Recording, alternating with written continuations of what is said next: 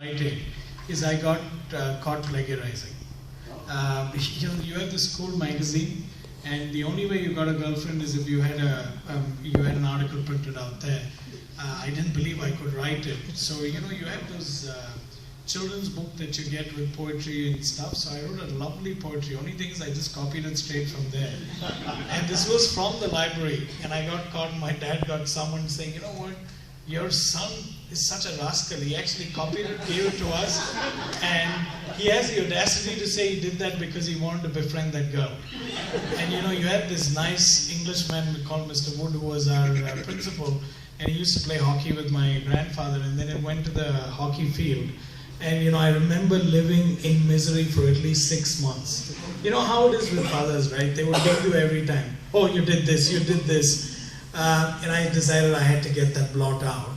And then, I said the best way to do this is start reading. So I went from being a jerk who plagiarized to somebody who started reading crazy books. By my age, at 6th standard, I was reading Tests of the D. Aberwills by Thomas Hardy. I don't even know if I, understood. Then I read Mayor of Casterbridge.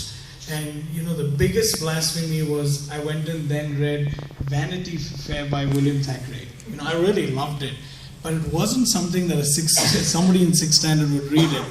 I think when dramatically changed for me was I was caught by my English teacher.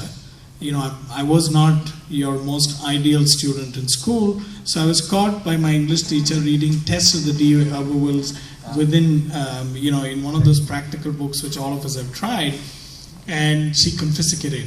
And my biggest issue is I had borrowed that from my grandfather. I knew I was going to now get beaten again. At the end of the class, her name was Mrs. Thomas.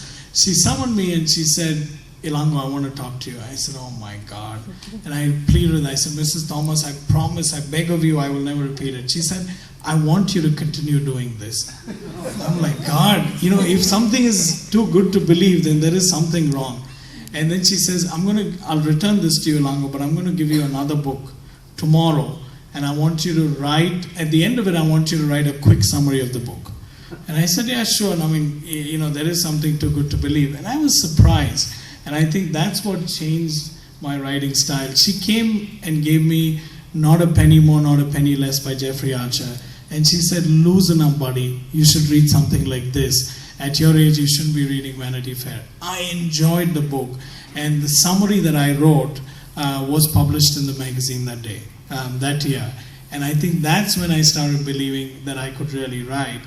And then the next one was the same Mr. Wood, who kept telling my grandfather that I was a fool, walked up to him one day and proffered him. We used to have, and I don't know if you guys studied in these Christian missionary schools, you had something called moral science, and you had to write something. And he said, "Write about your parents."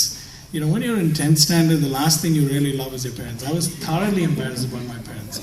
My dad would be acutely embarrassing. When my friends came in, I had to tell him, "Dad, behave your age. Don't try and be friends with them." And I wrote about all of that in the moral science class, and he said, "Write about your parents." And I said, at the end of it,